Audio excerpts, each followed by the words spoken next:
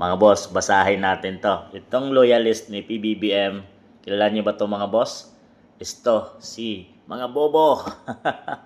Yan yung kanyang trademark. Larry Gadon, mga boss.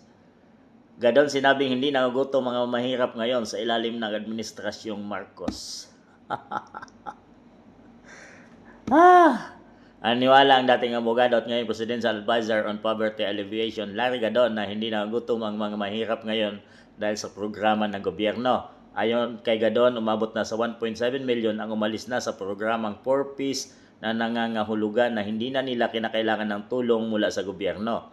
Pinagmamalaki rin ni Gadon ang unemployment rate sa ilalim ng administrasyong Marcos. Saan niya nakuha yung datos mga boss na marami unemployment rate? Marami nga walang trabaho sa Pilipinas ngayon dahil walang mga build projects at walang mga pumapasok na investment sa ating bansa dahil marami yung natatakot na mga investors dahil sa nakikita nila yung corruption na laganap sa ating bansa ngayon. So saan ka kukuha ng trabaho? Saan kukuha at mag-apply yung mga graduate ngayon ng mga kabataan, mga boss? Kung hindi umalis na lang sa ating bansa at maging OFW dahil walang mga factory na applyan ka sa ating bansa ngayon. Taghirap sa ating bansa ngayon mga boss.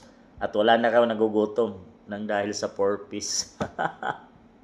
Alam mo minsan yung 4-piece kung hindi ka malakas hindi ka makakuha Pahirapan pa.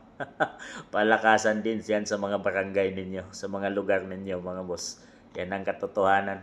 5,000 yung 4-piece na yan. So binigyan nila ng katamaran yung mga Pilipino, may inaabangang pera, imbis na trabaho at hanap buhay ang ibigay nila dahil yung pang long term solution mga boss.